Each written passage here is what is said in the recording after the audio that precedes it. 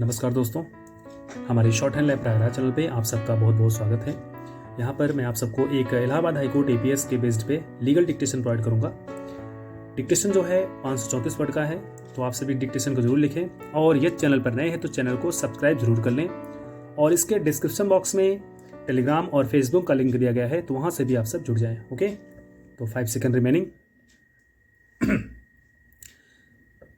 Start. A bare reading of the scheme of the aforementioned regulations would show that there is a clear demarcation of quantum of punishment between the minor lapses, delinquencies and acts of misconduct. Stop.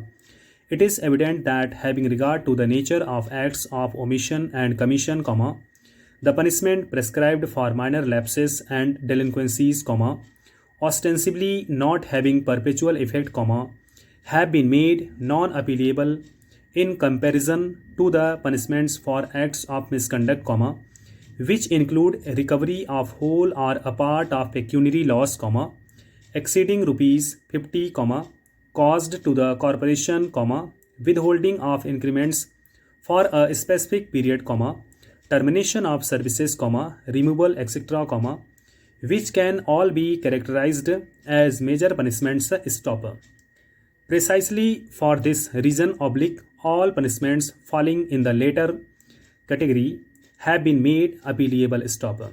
The perceptive distinction in two sets of penalties, in our view, makes it abundantly clear that the corporation has treated the punishments, penalties falling in the first category as minor punishments, penalties, and the acts of misconduct, falling in the second category as major penalties. Stop.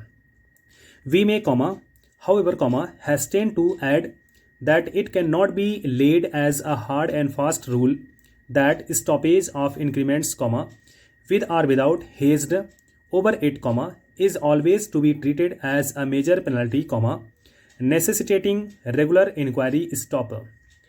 It would depend on the rules and regulations governing the service conditions of the employee. In the absence of specific regulations, withholding of increments with cumulative effect is treated as a major penalty because it has a perpetual effect on the entire tenure of service of the employee. Stop. Para.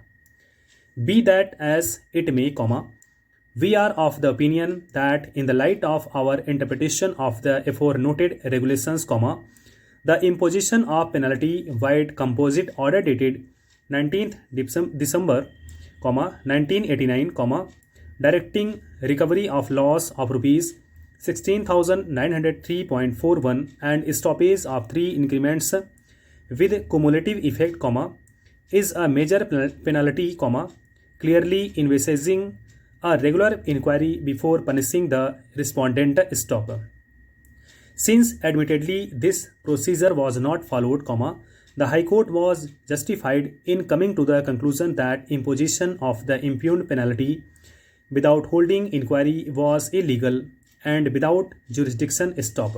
Para.